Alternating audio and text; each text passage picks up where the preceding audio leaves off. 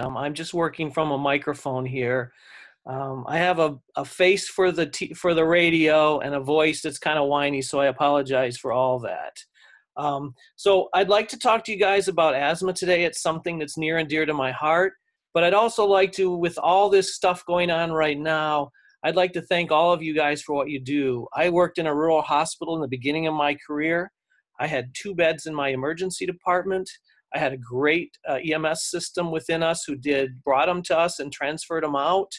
And so I know how difficult your job is. I know that you're all overpaid so that there's no problems there and you live in big, huge houses. But I appreciate what you do. And I do realize too how important it is when a doctor or a PA stops at your emergency accident site and tries to tell you what to do, because we're all so great at working in the field. But let's get to asthma here.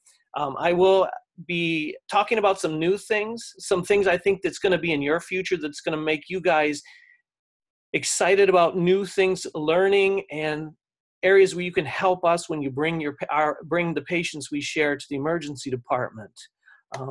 I work at a couple different places. I work in Ann Arbor. I also work in Chelsea, which is a smaller hospital, and I also work at Sparrow Hospital in Lansing. So if any of you bring them in from the outside world, please, I'm not there much, but please say hi. So our objectives today, we're going to look at asthma again. And if you were with me last year or almost 2 years ago or a year and a half ago now, some of these slides will look familiar. I tried to update them. I even continue to update them to about 2 hours ago. Always trying to improve things, find new research and things that you can use on your day-to-day work in the ambulance and even helping us in the emergency department. We count on you as techs, paramedic techs, and we count as you bringing us patients in. The other thing I think that's going to be so exciting for paramedics and basic EMTs in the future is that St. Joe, Washtenaw County, and other counties are developing these paramedic community paramedics. I'm so excited about them. We interact with them all the time. They do home visits for us. They can sometimes prevent people from coming in by doing teleconferencing. We can even prescribe now with electronics to help out. And we'll talk a little bit about some of that when we're talking about our asthma patients. And we can even, you guys can treat them and never even have to bring them into the hospital. We can refill meds. You can help us out a lot. So I think there's some really exciting things in the future of medicine, and we just got to get the government to help pay for it. And that's one of the biggest things we have. So we're going to describe the treatment for acute asthma from the very minor, gosh, I just need a refill, and I called the ambulance because I need transport, to the crashing asthmatic. We'll look at some of the features to help you decide, what to use. And we'll talk about other things. And one of the things I'm going to focus a little bit more on are some of the asthma mimics, or some of the other things that asthma can sound like to you initially, and then maybe in your head you can think, and by the time you figured it out, you can tell us what you think, and we can be way ahead of the game. And then let's talk about a few newer treatments in asthma. There's not a lot. Asthma's changed in my 30-year career, but not a whole lot. So we'll talk about these things. So let's get into it. I like to teach by giving cases. So we're going to do a few cases to start about. Then we're going to go talk through some of the research and the treatments. And then we're going to go kind of come back to these cases and see what happens. I'm used to kind of flapping my arms and walking around. And this is not as much interactive, but it's still, I think, a good way that I learn. So we're going to have case 1 as a 30-year-old called to the, you guys get a phone call. That they're short of breath, they're wheezing. So think about what are you kind of expecting and what treatment might you do. The 78-year-old calls you the EMS, complains of shortness of breath, coughing.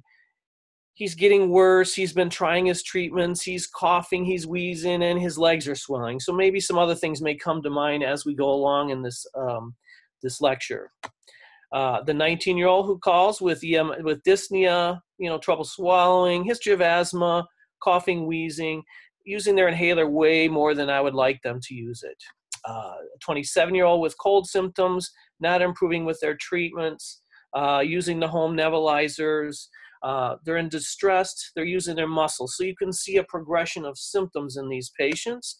And then the 50-year-old who's short of breath, he's tachypnic, tachycardic, He's using all his muscles. He's confused. Sounds like a pretty sick one that I would like you guys to see stabilized by the time they get to me. So whenever you talk of asthma, you got to talk about the numbers. And by that, I mean, this is a lot of people. You guys know you see a lot. I see a lot. I see at least 1 or 2 asthmatics a day. It's 10% of the population has it, and it's even worse in kids. And this is in the Western world, in the sort of modernized medicine. There's 300 million people around the world and 17 in the US. And make no mistakes, people die from asthma. 250,000 people, a lot of ER visits, a lot of office visits, a lot of calls for you guys to bring them in. And this just keeps getting worse and worse, whether it has to do with our environment. The one thing I would say is nice is, people in Michigan at least aren't smoking as much. And so that a lot of people are sensitive to smoke, and that triggers asthma attacks. It's so nice to go to a bar or a restaurant now without that. So that may have improved, but I think our environment is a huge part of this. And with global warming, we're seeing an increase of asthma with that alone. So what exactly is asthma? You all know what it is. You all hear it and see it. It's wheezing. It's that whistling, wheezing sound you hear. They have a breathless feeling. They may have some tightness in their chest, which may sound like a heart attack, which we'll talk about a little bit later. One of the other hallmarks that you may not get, but if you ask the patients, they may tell you this, is they'll get some nighttime coughing, or they'll get some early morning coughing. They'll be coughing at night. And there's some certain medicines we use in the ER for that, but we won't really go into that, some of the old medicines. And their episodes are variable. There's obstructions of the airway we'll talk about. And asthma is a reversible disease, meaning that the medications you're going to give, will help reverse those spasms in the lungs and improve their breathing, improve their lives. Okay, so asthma, again, is a reversible airway disease. It's caused by the smooth muscle contracting, the airways contracting. There's some vascular congestion. The bronchial wall gets edematous. I'm hearing some background noise. And then there's some increased secretion. So these people will be, they'll be really congested. They'll be spitting out mucus. They'll have a lot of problems like that. And I know you've seen all these things. This isn't new. If we looked at it on a microscope, if you looked at the bronchi or the alveoli, you would see on the left, you see the normal airway, which was open. On the right, you'll see constriction. And I think the best commercial ever for asthma is that one Michigan Department of Public Health and other states do, and I wanted to put a clip in, but I couldn't find it, of the fish who gets, the goldfish who jumps out of the water, he gets pushed out of the water, and he's kind of huffing and puffing and not moving much air. And I have asthma personally. I have minor asthma. It's more associated with, activity in sports. But that's how it feels. And then you guys have seen those people who are moving their chest and you're just not getting any airway movement. So this is why there's this tightening in these secretions. Imagine that smaller area, those smaller airways now full of mucus and leukotrienes, which is sort of the allergic part of it. All those things in there that's causing them to not be able to breathe. What you will see because of that is you'll see the airway resistance. If you could do a peak flow or have them blow in a little machine or a little tube with a meter on it, you'll see that they won't push as much air out. You'll see the airway resistance, meaning those little bronchioles will be shrunk down. They'll have a decreased flow rate, so when they blow, it'll be less. They trap air inside the lungs. So if you could do a chest x-ray on, you'd see areas of air trapping, and then they can cause increased airway pressure, which can cause lots of problems and affect their heart and infect other things. So that's why we need to get them on the right medications right from the time you see them at their house or at the restaurant or so forth. So one of the things I want to focus a little bit on from the last lecture I did was things that sound like asthma or look like asthma but aren't, and things that maybe you can make a difference in.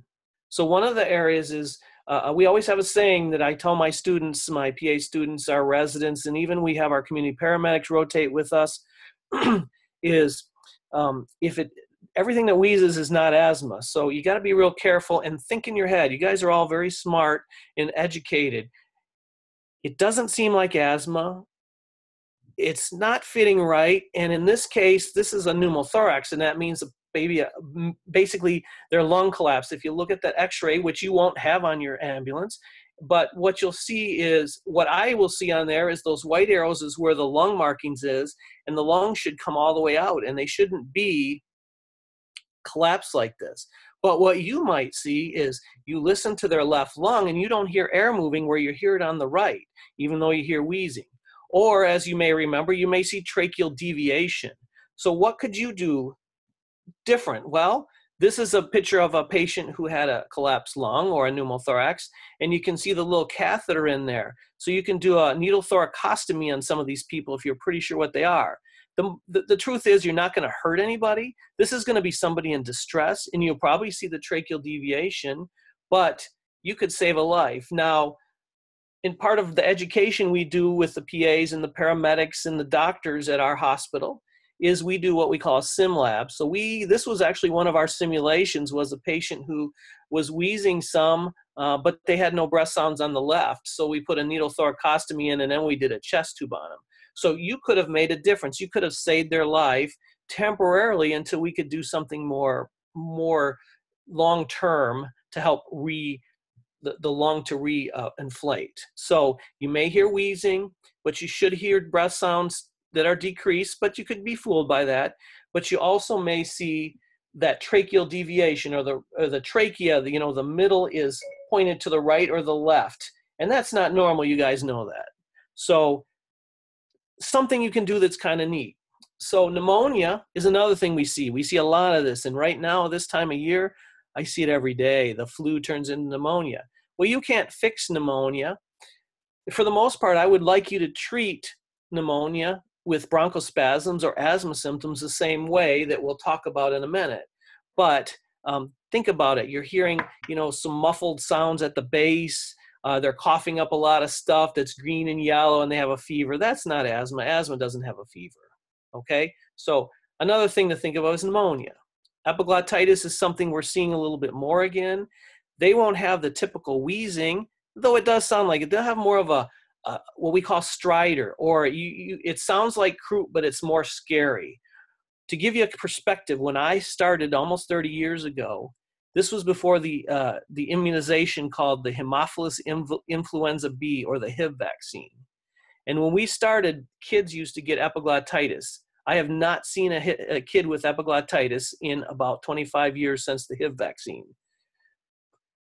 It's saved lives. I see adults with it now, and that's okay because their airway is much bigger, but they'll sort of sound like, and they're tripoding, they're leaning forward, and they look like they're going to die.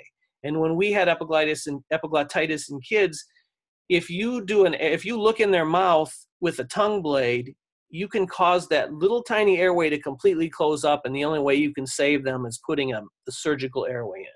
So that's one you want to think about too. It's not very common in kids, thank goodness for immunizations, but it is common in adults. And it does sound a little like asthma, but again, the bottom line is the treatment's similar.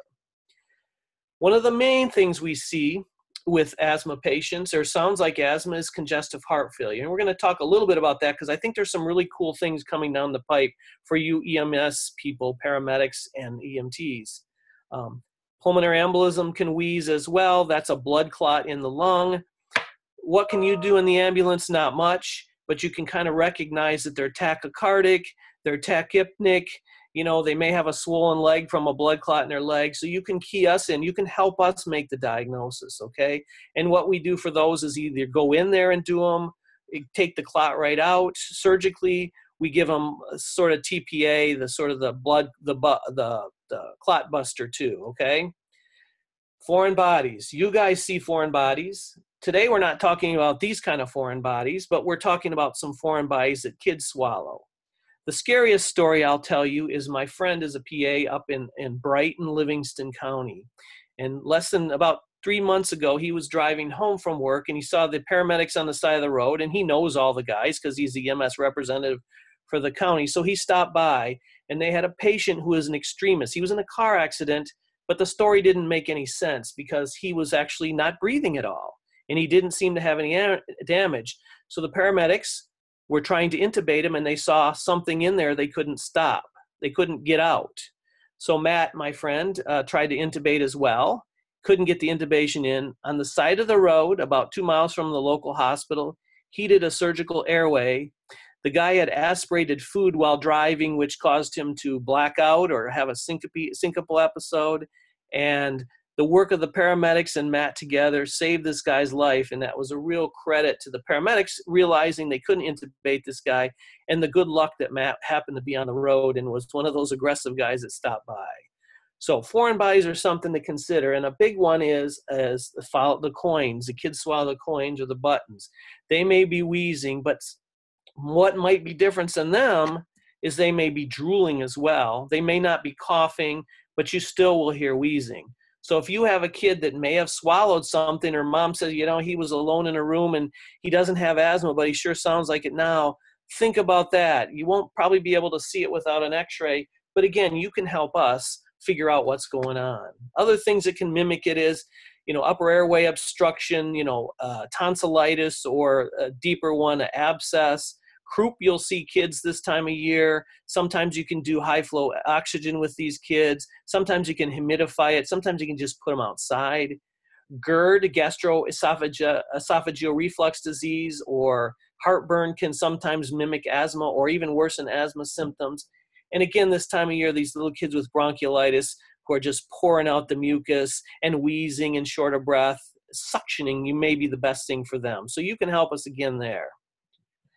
Heart failure, I think, is an area where you can really help make a difference. And sometimes I've been fooled, and the paramedics and the physicians have been fooled with heart failure versus it's just an asthma attack. Some of the difference you'll see is you'll see that mostly in the elderly or people with heart disease, because basically you have to have heart disease for the heart to not pump as well. And that's basically what the idea is the heart is not pumping well. So it's not pushing the fluid through, so it's accumulating in the lugs and the extremities. So if you see an asthma patient who's wheezing with big, fat, swollen legs, it's probably not an asthma attack. And there's some things you can do to intervene on these people, okay? So cardiopulmonary edema is not uncommon. I know you've all seen it, but we'll talk about some things. If you have the luxury of being in an emergency department, your chest x-ray will look like this. All that kind of white cloudy area around the heart should be clear or black. Well, you can see it's kind of like cotton balls in there, and that's what heart failure looks like, okay? So, I jumped past something. So we'll go to COPD for a minute. This is a big one that mimics asthma. It's similar to asthma, but it's usually older people. It's bigger for smokers, as you know, and the treatment is similar, except for one thing. And this is where we ran into one problem with one of our patients is the patient had a low pulse ox. So the EMS brought him in and they put him on high flow oxygen because he told him he had asthma, but not emphysema. Well, then, as many of you may remember, is that the patients with their drive is because of their oxygen. And if you put them on high flow oxygen, their carbon dioxide, it keeps going up. And then it goes down, it goes down from the oxygen. And so their respiratory drive, which works on their carbon dioxide, will stop, and they'll stop breathing on you. So if you see that guy who looks like he smoked 3 packs just before you arrived and he's short of breath, be careful watching his pulse ox. You will see the wheezing, or you may not. You'll hear the coughing. They'll feel chest tightness. They'll feel short of breath, and sometimes they'll be asymptomatic. All right, so one thing some ambulances have now, and I'm not sure you guys do, is capnography. This can be used as an early sign. Pulse ox is not real helpful in asthma, but capnography can be helpful, and what you're looking for is these sort of flattened waves to tell you normal. If they're rounded or they're smaller than this, they can show you early on that there's a problem with the asthma attack. Another test that you can do, and I know our paramedics are doing them more and more, is an EKG. You'll get patients who come in wheezing. They'll be short of breath. They'll be coughing, but something just doesn't feel right to them. So none of us will ever fault you for doing an EKG. And every once in a while, you'll see these little tombstones on there to tell you that their asthma symptoms are from their heart attack because they're respiratory breathing. They're not getting the flow to their heart. They're not getting the flow to their lungs. and their heart is dying in front of you. So if you can do that and then trigger the system to say, hey, I have a STEMI coming in, or I have a ST changes on the EKG, you will be a huge hero to us. And we have gotten fooled by this many times. Not many times, I should say. Sometimes we get fooled by this. They sound like an asthma. They look like a COPDer, but they really are having a heart attack. So if you think about this, go ahead and do it if you have that at your fingertips, and give us an EKG, and maybe you can save a life for us. So other evaluations, right now there's no x-rays on the rigs, but I'll tell you, in other countries they're using x-rays on the rigs, and they're teleradiologing them to the ER or to a radiologist. I think in the future, with these community paramedics that are becoming very popular in southern Michigan, but I tell you, the perfect place may be in the rural areas where it takes you guys an hour to get to the closest facility.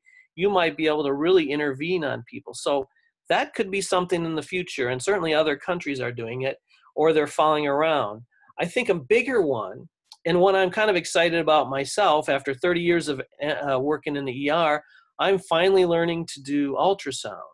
And ultrasound is really actually something not that hard. It's probably better for the younger guys than the older people like me, because it looks like static sometimes. But just for an asthma patient, you may not diagnose asthma, but you can rule it out, or rule out other things which can help you get in the right course.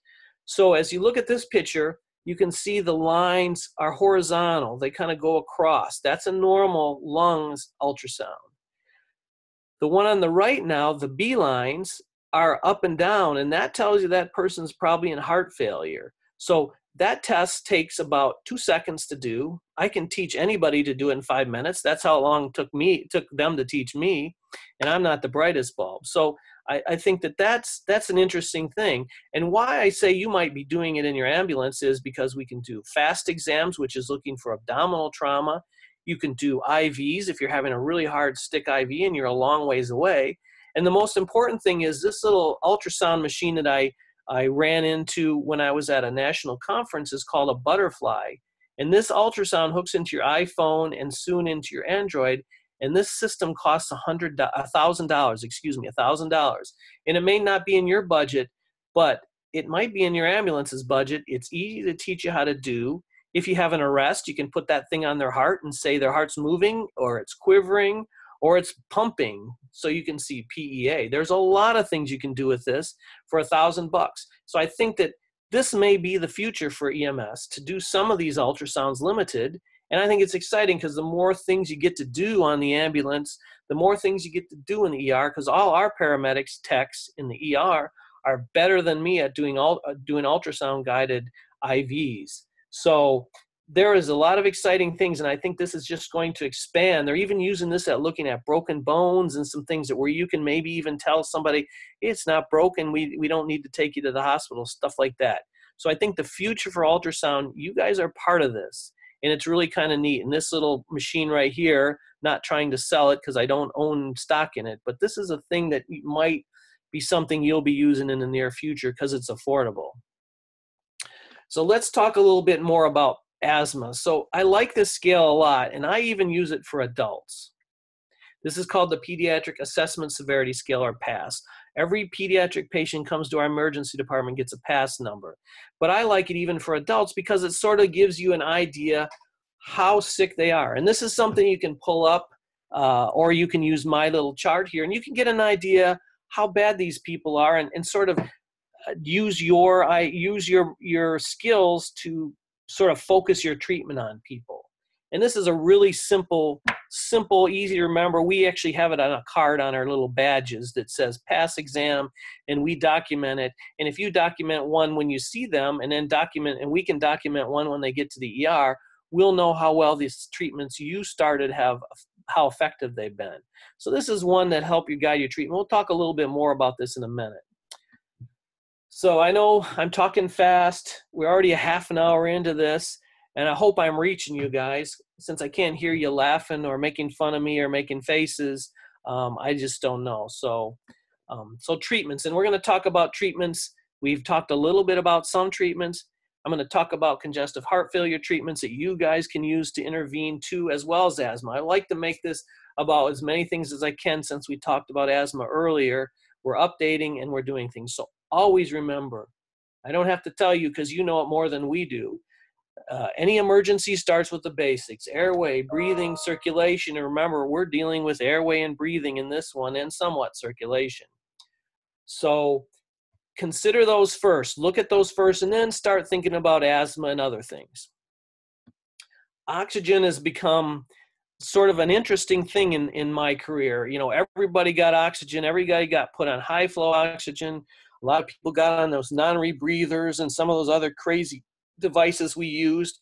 But now we're finding for a lot of people, specifically COPD people, but even in heart attacks, you know, it used to be for you paramedics, morphine, oxygen, nitroglycerin, and aspirin. Well, it's still aspirin. Nitroglycerin is sort of may in the future not be as important. Morphine, a lot of studies are showing may be detrimental, and other things may be helpful, though that hasn't changed. But oxygen's only been helpful in asthmatics and in cardiac patients and others if their SAT is less than 92%. They don't feel that it adds anything, and in some cases, especially COPDers, it may be detrimental. So keep an eye. The pulse ox is not the most accurate thing, and you guys are not in a quiet environment where the people are holding still. You're trying to move them to the hospital. It's noisy. So they're not accurate anyway, but if they're 92 or greater, you know, you could put them on low oxygen, but you don't really need to put them on high oxygen like we used to. And again, that's becoming out of favor. And remember, oxygen is a drug. So there are some downsides. So let's talk more about the medications that you guys have on the rigs. And if I'm wrong on some of these, I apologize. But we have medications for asthma which are long-acting. We have quick response medicines. And we try to base our treatments, and you guys try to base them on how mild they are, how moderately are, how severe they are, or are they crashing, okay? So you want to keep those in mind when you see these patients, okay? The mainstay, since I've been in medicine for asthma patients, is bronchodilators. The short-acting ones, or the short-acting bronchodilators, are the albuterol. That's the one you all know. That's the one I use every day. That's the one that it really seems to work. It helps with bronchoconstriction. It helps to open up those airways a little bit so the wheezing stops. Remember, wheezing is because of contraction of those alveoli, of those bronchioles, and this will help open it up. Albuterol is given in many ways. One is the meter dose inhaler we'll talk about in a minute, but that is, all the studies show if you do it correctly, you actually get the same amount of medication with a meter dose inhaler as a nebulizer. Nobody believes it, but if you do a real objective study, scientific study, it's been proven that it does work.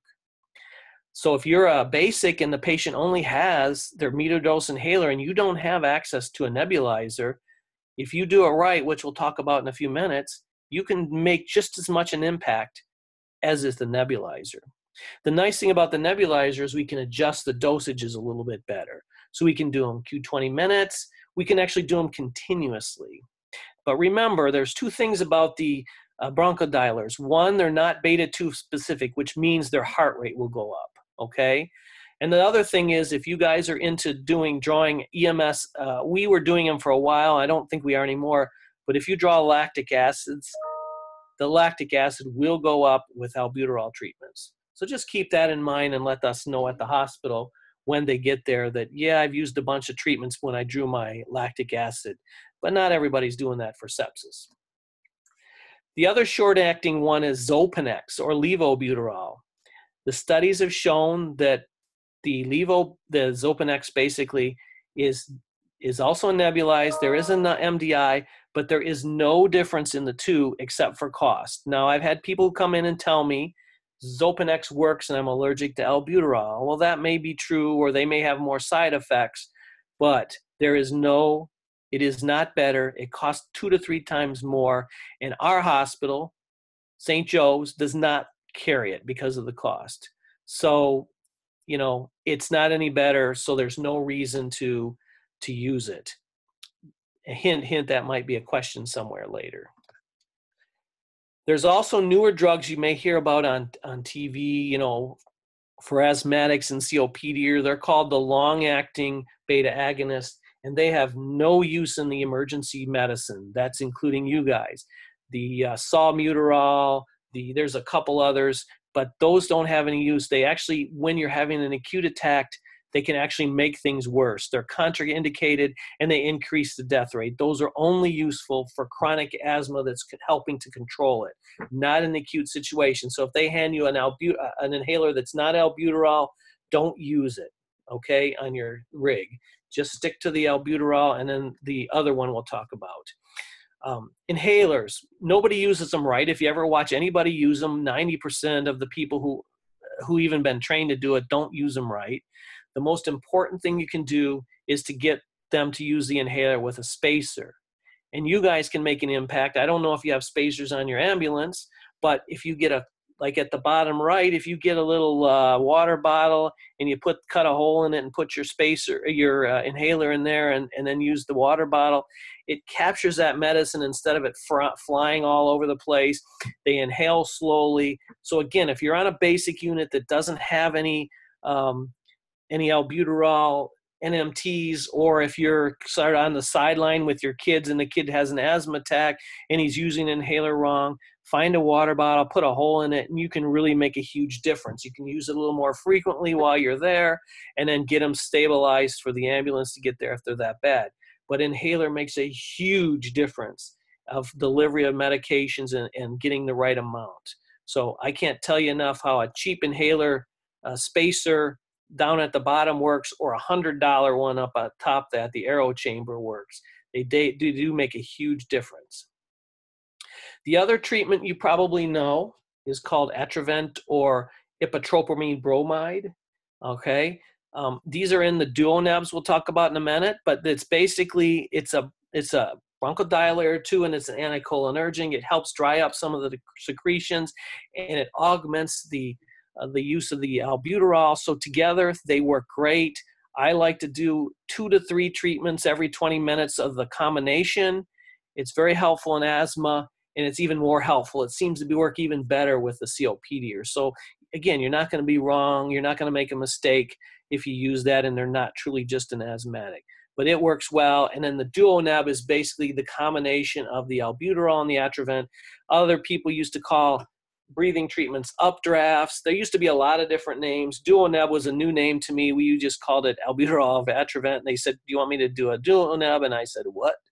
So duoneb's just the other name. So it's both drugs. They worked together. They make the medicine more effective. So that'll be important when we talk about the severity of the asthma.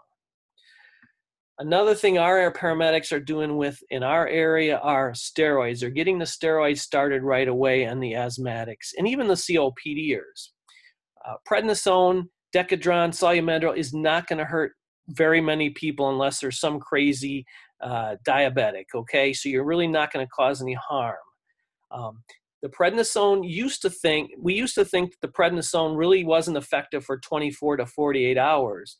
We gave it early, and this is really, prednisone or corticosteroids are really the ultimate treatment for asthma, because asthma is an inflammatory reaction like we talked about, and prednisone is an anti-inflammatory. Decadron is just another version. Salumedrol is just another version.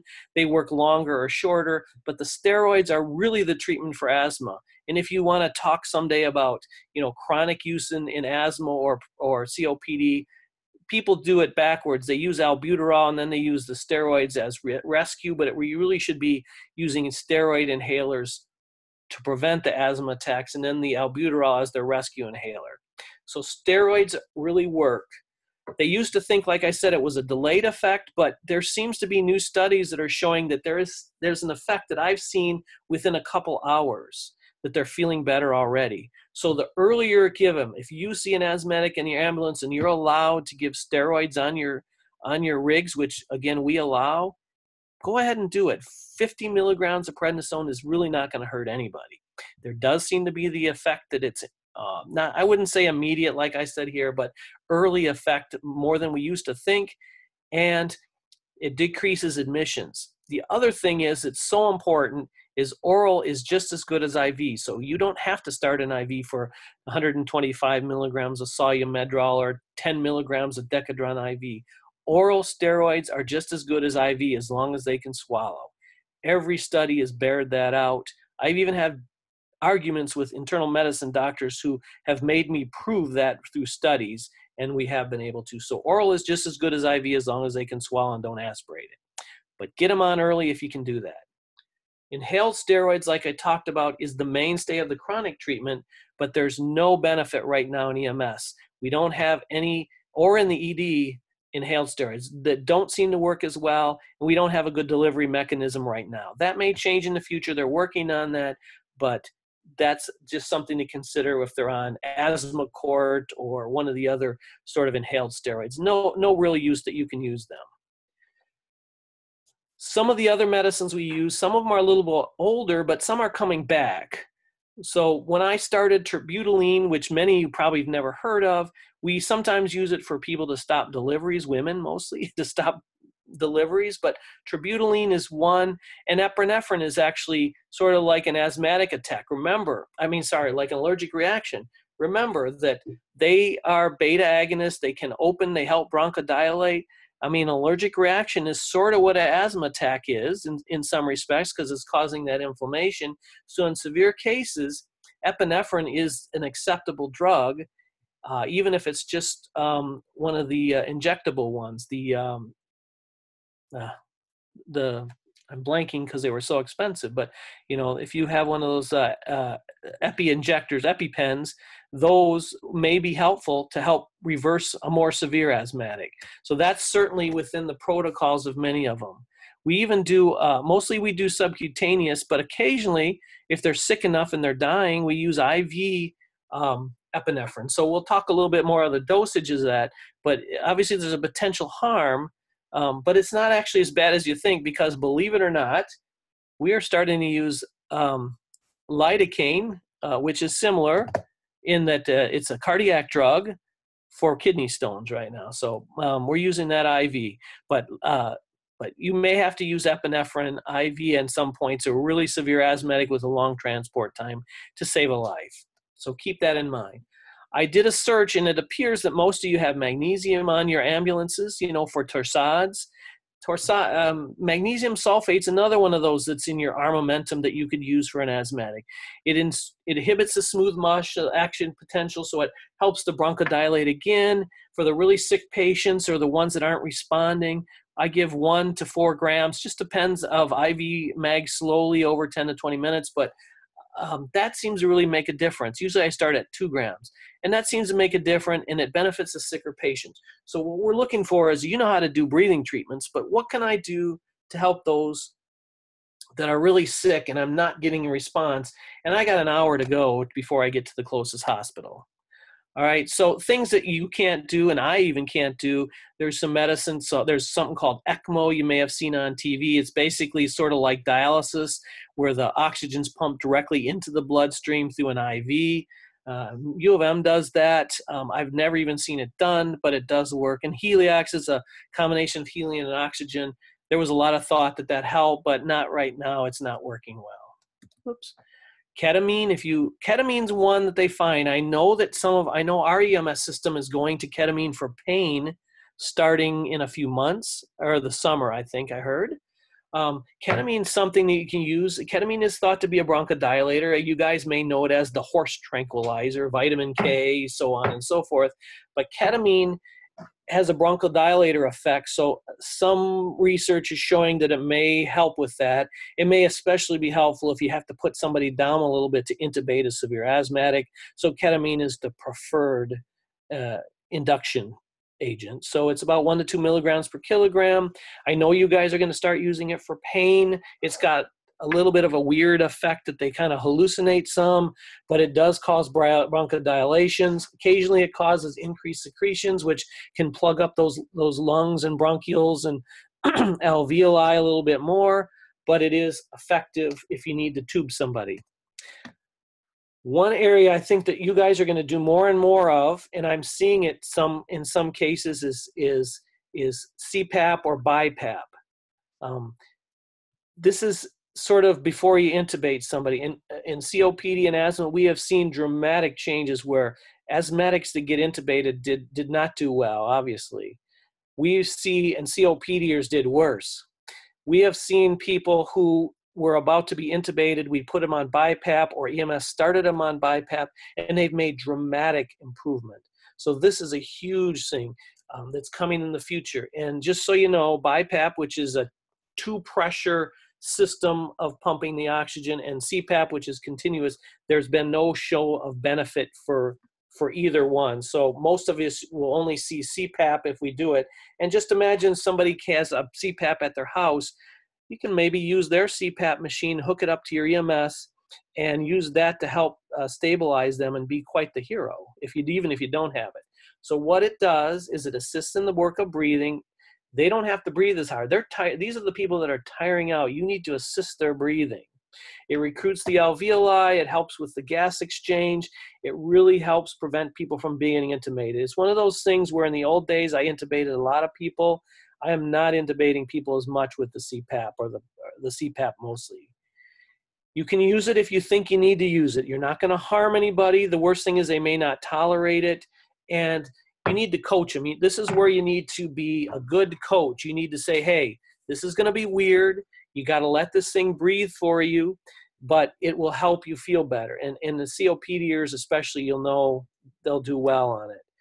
So the things it'll work with is the asthmatics, the COPDers. You see them for any reason. They're starting to tire out. They're not doing well with the medication you're doing. Their oxygenation is dropping. Their ability to wear a face mask is tough, and you don't want to intubate them. So this is where it can be really helpful. These are the areas where they may be very helpful. Okay. Disadvantages is it's harder to use. In other words, people don't like it. It may delay you from really somebody you have to intubate, but that hasn't seemed to be a problem. It can sometimes cause some cardiovascular instability. It can drop the blood pressure some. Fat people or obese people don't do as well on it. And then people with abdominal recent surgeries or other problems sometimes, or abnormalities where the face mask won't fit on, they won't work very well. But that's not most people. Times to stop it. So, you always know when to start it, but when do I stop? Well, they're deteriorating. You need to intubate them. They're not tolerating the mask. It hurts. They're not improving at all. They're becoming unstable, so you need to intubate them. Okay, these kind of things. And if you do it with somebody with a pneumothorax, you may make the pneumothorax bigger. So if you see that tracheal deviation get worse, please stop the CPAP. But it is really something in the area we're really seeing improve that this helps a lot is those COPDers that look terrible. Every once in a while, you'll see somebody goes into flash pulmonary edema. You start an IV on them. They're sort of okay. They're short of breath, and all of a sudden that fluid hits their lungs, and they aren't breathing, and they look like they're going to die on you. If you can get them on a CPAP, you'll turn 80% of them around, if not more. So this is an area I think you guys can really use it. And I know our EMS is using it and others, and hopefully yours is too. And this is kind of what it looks like. It's just a little mask, and it's got a little pump on it and hooks to the oxygen. And that's probably the simplified version, but it really does help and can help you from intubating people. It's really cool to intubate somebody unless you're the one that's being intubated, and it's miserable. So intubation and ventilators are the last resort. It usually doesn't fix anything. It just keeps them alive until we can do something else. Remember to just stick through the ACLS protocols. We used to hyperventilate some of these people. No, only 6 times a minute because we are overventilating them. And remember to use the ketamine for rapid sequence intubation if you're allowed to do that. So I'm just checking the time here. Pregnancy patients, low birth weight, if they're not well-controlled asthma, they can have preeclampsia, increased risk for C-sections and low birth weight. Medications, the albuterol and the Atrovent are safe. Steroids are safe. Bad outcomes. So the outcomes, the potential side effects are not as bad as the possibility of death from this. Remember, you got 2 patients, and a dead mom equals a dead baby. I've done one post-mortem C-section in the emergency department, and it's not a pretty sight. And we did save the child, but the mom was basically dead when she got there. But it's still not fun. It had nothing to do with asthma, but that's not something we want to go through. So let's talk a little bit here about this assessment. Here's our assessment again. You know, the wheezing, the working to breathe, the prolonged expiration, and you sort of go through the scale and help base your treatment. If you have a low pass score, that's the asthma that comes in. I'm kind of short of breath. You give them some albuterol, you give them some steroids. Most of them will do better. The ones that are in sort of in the mid-range, the moderate ones, you give them the oxygen. If they're low 90, you give them the albuterol. You think about giving the continuous albuterol, it's not going to do anything but race their heart a little bit. You add the Atrovent to it, you add the steroids to it, and then you think about the magnesium, okay? And again, magnesium is very safe. The only thing that you can do is if you give it too fast, you can cause some hypotension, but magnesium is a very safe drug. You really can't hurt anybody with it. Not saying you should use it all the time, but there's a place for it if you have a long transport and you are not getting where you need to do it. So if they're getting severe, you do the albuterol continuous, you do the ipotropamine, you do the corticosteroids, you do the epi-add. You add a IM or a sub-Q epi, and then you use the magnesium again. And then when you got the near arrest patient, you try to get the CPAP going. You get them the oxygen in 100% unless they're a COPDer. You get the airway, manage the airway. You give the ketamine, you give the albuterol, you give the prednisone. In this place, you probably give it IV. Magnesium is helpful again. The BiPAP or the CPAP and the epi. So you're adding on something each time, and hopefully you don't get to the impending or actual arrest. Okay, so some of the exciting things about asthma that you can really make a big difference. If you can get albuterol or the duonebs going and the steroids, you're going to decrease admissions, which is going to help the patients not have big bills, and they're going to come home sooner. Magnesium is going to help you out. And remember the high flow nasal cannula, which we're using more in the patients with bronchiolitis, just sort of bring to your attention. But the non-invasive treatments are really promising. Okay, so again, here's some of the dosages of these medicines. Stuff, again, I wouldn't expect you to remember off the top of your head because I have to look them up, okay? But these are some things for the medication. So let's talk about a couple cases here. So you get the ambulance call, patient says, I ran out of my inhaler and I'm a little bit wheezing. Their vital signs are normal. They're wheezing. What treatment would you do? Well, you'd probably just give them an albuterol treatment on the rig. They get to the hospital and they're better, so I send them right home with a refill. With our community paramedics, you give them a breathing treatment, you call us at the hospital, we take a look together at the patient, and we send a script to the pharmacy for their albuterol, and you just saved a visit to the ER, and you just made somebody very happy. My inhaler's not working, so I called EMS. They're coughing, they're wheezing, their vital signs are a little tachycardic. They're not tachypnic, they're not using accessory muscles. Their SAT's perfect, so you don't need to give them oxygen. Their exam, other than the wheezing, looks pretty good. Their studies, what studies do we do in the ER for these? Nothing. We try not to do blood work, rarely helps on these people. Lactic acids don't help, and chest x-rays rarely help them. So we give them some breathing treatments, we give them some steroids, we take another look at them, and you've done all that stuff in the ambulance. You gave them the treatments, you gave them the steroids. I see them, I do another treatment, they go home. So I refill their medicines. So you get a little bit sicker person. The inhaler's not working, I'm coughing, I'm wheezing. It's been going on for a few hours and I'm using it too often. They're a little tachycardic, they're a little tachypnic. Their SAT's a little bit low, but still not low enough for oxygen. You do an exam, they're still not using their accessory muscles. You look at you do any studies? No, again, you don't need any studies. You give them the breathing treatments, which you already started in the ambulance. You give them the duonebs. You give them the steroids. Maybe I add some magnesium, maybe not. Mostly the steroids. We reevaluate them. And one thing I'll tell you is asthmatics really, most of the good ones know I feel better even though they may not sound great, or I feel really bad even though they look good. Believe what they tell you, and you may need to be more aggressive. So this person got MAG, they felt better, they got to go home again, okay? Again, now you're getting worse. We're looking at our scale. We're looking at our PASS score. This patient's going to be a high score because they're using their inhaler and their nebulizer. It's not working. They're doing treatments every hour. It's not working. They're really tachycardic, 140. Their respiratory rate's 30. Their SAT's 88. So this one needs oxygen. So you've already started the steroids. You've been giving dual nebs. You give continuous nebulized treatment.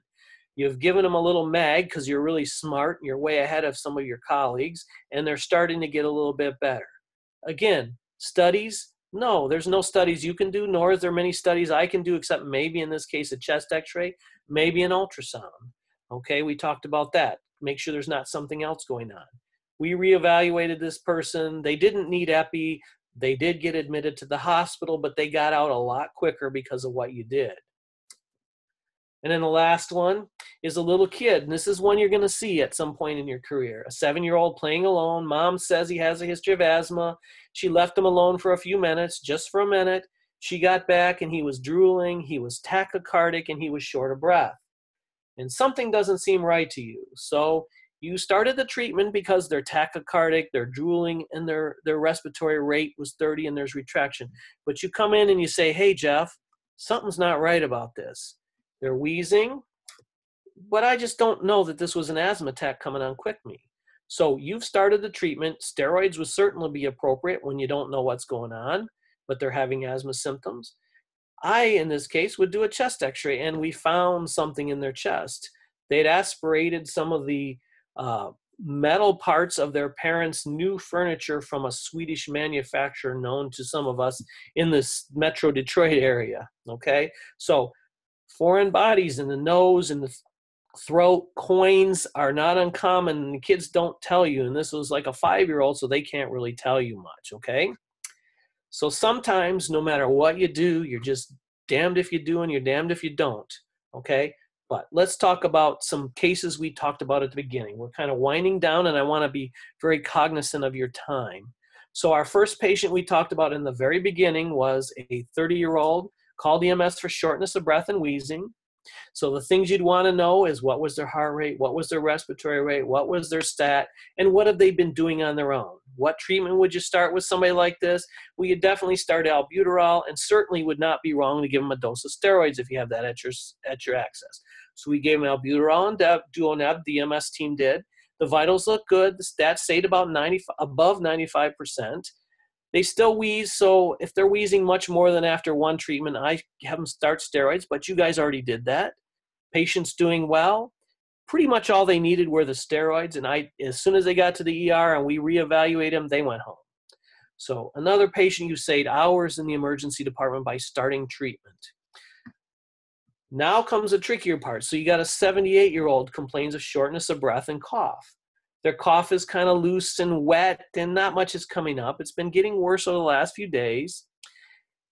They're wheezing, and they note some swelling. You look at their legs, and they look like an elephant legs. And they say, well, yeah, I've gained weight, and I'm swelling.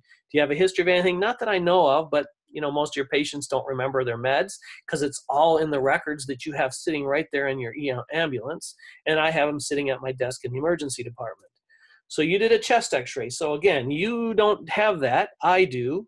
But you can see this chest x-ray is not normal. You can see the heart outline, but it looks really fluffy. And I'll tell you, that is not pneumonia. But you are one of those fancy paramedics who just got your new ultrasound machine that the company paid for you. And you can see those B lines. And you know right away that this patient's in heart failure. So you're being the smart paramedic. You got the Lasix started. You got them on CPAP because they're pretty short of breath. And CPAP or BiPAP has been found to be one of the most effective ways of treating congestive heart failure. And you also being an astute paramedic know that nitroglycerin has been shown to be very helpful. Lasix takes a while to work, and it affects their kidney function, which you have no idea about, affects it greatly. So the two most important things you can do is probably CPAP or BiPAP and nitroglycerin. Ultrasound would show B lines if you were lucky enough to have it, and hopefully you will in the near future. The respiratory treatments didn't work because it wasn't asthma. I got to look at the chest x-ray, which calls cardiomegaly, which is an enlarged heart, encephalization of blood flow, which is those thickening of the walls. So you've done everything that I was going to do in the ER. This patient is doing a lot better. I get to stop the CPAP and admit them to the hospital for diuresis or to get that fluid off them. So you've done a lot. You thought they had asthma at first, but you looked at their picture and you saw they don't have asthma. You can do that without the ultrasound just by saying the respiratory treatments weren't working. They have swollen legs. That's not normal in asthma. So you didn't need to start the steroids, but there's a way where you can really help us out and you can make people feel a whole lot better that way. Next case is a 19-year-old student calls EMS with shortness of breath and trouble swallowing. And I'm seeing that every day. They have a sore throat, they're coughing, this person has asthma, they're wheezing, and it's getting worse. They're using their inhaler a lot and it's not really working. So you assess them for us, you get things started. You see that they're wheezing, so you get the albuterol and epitropamine or the duoneb going. You get the steroids going, you reassess them, they're doing better, but you continue the treatment, and then the patient comes to the ER. By the time they get there, the steroids have started to kick in. We give them a few more treatments, and guess what? They don't even have to come in the hospital. Where in the past, without knowing these things and getting things started, they may have been admitted and cost thousands of dollars that you know your insurance doesn't cover anymore. Number 4, 27-year-old, 3 days of a cold, minimal wheezing, unimproved with their inhalers. So their MDI meter dose inhaler is not working. They are lucky enough to have a nebulizer at home, but you see that they're still having distress, and you can see they're having retractions, you know, where they're using the muscles, or they're having accessory muscle. They're using the muscles of their chest to help them breathe more than others. They're tachycardic, and their SAT's 95. So when you come to the scene, what are you going to do? You're going to assess them. You're going to do the duoneb, and then you find that that helped a little bit, but you want continuous treatment. So you're going to hook up a little bit of a continuous albuterol. You're going to give them the steroids because they can swallow their meds still. You're going to really hit them hard. You're going to give them 2 grams of mag. Take another look at them, maybe stop the continuous and go back to the intermittent albuterol. I'm going to see them. I'm going to see that you had everything done for me, and we're going to get them admitted because they're still pretty wheezy. We're almost done here. Presents to the ambulance a 50-year-old, short of breath, tachypnic, tachycardic, retractions, accessory muscles, all those bad things. Even worse, they're confused. But you don't hear any wheezing. And I'll tell you, some people with asthma will be so tight, they won't hear any wheezing. So you listen to them, and actually after your first breathing treatment, they sound worse to you. But to me, that's a good sign because you're getting somewhere and you know you're in the right area. They actually are wheezing now when they weren't wheezing before because they were so tight. So you start, they're really in distress. So you don't think they need to be admitted. So let's try some non-invasive positive pressure ventilations or CPAP. So you start that right away. You get that continuous albuterol and duonebs going. You give them IV steroids. You give them a magnesium. They're still a little bit tough, and you give them a little bit of epi. You prepare to intubate them, but guess what? You didn't need to because the BiPAP worked. So they still get admitted to the ICU because they're sick, but you didn't need to intubate them, and you basically saved their life. You did everything we would do in the ER, but you did it in a rig moving 80, 100 miles an hour down the road, okay? So let's talk about some pearls so we can finish this and you guys can get on to your life. And this was one of my favorite Larson cartoons. The real reason that the dinosaurs are extinct was because of smoking. It had nothing to do with anything else. So remember, spacers, even if you're on a basic rig and you have not many resources, if you add a spacer to an inhaler, you can make a difference. If you can get steroids to the patient in the rig, you can help me in the ED get them out of there faster. Watch their vitals, but remember their vitals may not change until late into the disease. When they're starting to crash, you may see the difference. Also, I can't impress on you enough and how much they can help you. An asthmatic will say, I don't feel right. This is not my normal asthma attack. So you want to either look for a new problem or you want to be very aggressive if they're not responding and they say, I usually do. BiPAP can save a life, okay? And it can save an intubation. And even though intubations are cool to do, you want to try to avoid them because there's lots of pitfalls with intubations. Remember, if you have to do it, use ketamine. Ketamine can cause bronchodilation effect. Continuous treatments, there's no downside to them other than tachycardia. Magnesium, as long as you don't give it too fast, you're not going to cause a problem. Steroids are great. They are really go at the cause of the problem, which is inflammation of the lungs. It may be inflammation from an infection. It may be from an allergic reaction, but steroids are the mainstay of treatment for asthma. Pregnancy, remember, you're dealing with 2 people, not 1. So the meds, any risk the meds cause is much smaller than not treating them. So it's safe to use asthma medicine in pregnancy. And remember, with oxygen, you don't need to give it like we used to, that they found, especially in COPD and even in asthma, though, 92% is the marker for whether you need to or not. So I know I talk fast. I know I have a whiny voice. And sometimes what you hear is like the kids on Peanuts, you hear them blah, blah, blah, blah, blah. So, but hopefully you've gotten a little bit, if not just one thing. Every time I work with a student, I say, what one thing did you learn at the end of the day? And they have to tell me one thing. Hopefully I've taught them one thing, or that's on me. If you have any questions, please give me an email. I'm at jcallard@epmg, which is mycompany.com. These are some of the resources I use for this lecture. The Cochrane collaboration is a bunch of articles put together sort of to quantify them. I wrote the chapter on emergency, which one is it? Oh, Emergency Medicine Quick Glance by Dr. Newton. I wrote the chapter on asthma and that. Up to Date is an online asthma resource. One that's free is the MD Calc. It's got free apps, and it gives you some of these pass scores and so forth.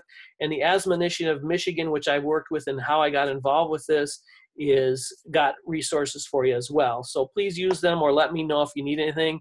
And that's the end of the show. Hopefully, again, you learned at least one thing. And again, I thank you for everything you guys do. You are way underpaid, and we count on you a lot in the ER to have the patient stabilized before I have to work hard, because I don't like to work hard anymore. I'm getting too old. I appreciate your time, and I'm here for any questions if you have any.